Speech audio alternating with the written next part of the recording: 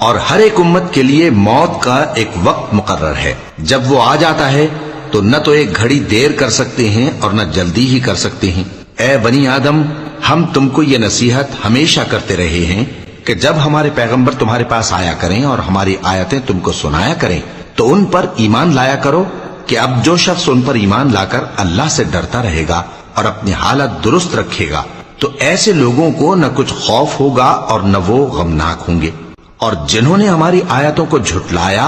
اور ان سے سرتابی کی، وہی دوزخی ہیں کہ ہمیشہ اس میں جلتے رہیں گے۔ پس اس سے زیادہ ظالم کون جو اللہ پر جھوٹ باندھے یا اس کی آیتوں کو جھٹلائے؟ ان کو ان کے نصیب کا لکھا ملتا ہی رہے گا، یہاں تک کہ جب ان کے پاس ہمارے بھیجے ہوئے فرشتے جان نکالنے آئیں گے تو کہیں گے کہ جن کو تم اللہ کے سوا پکارا کرتے تھے وہ اب کہاں ہیں؟ وہ کہیں گے کہ وہ ہم سے گم ہو گئے، اور اقرار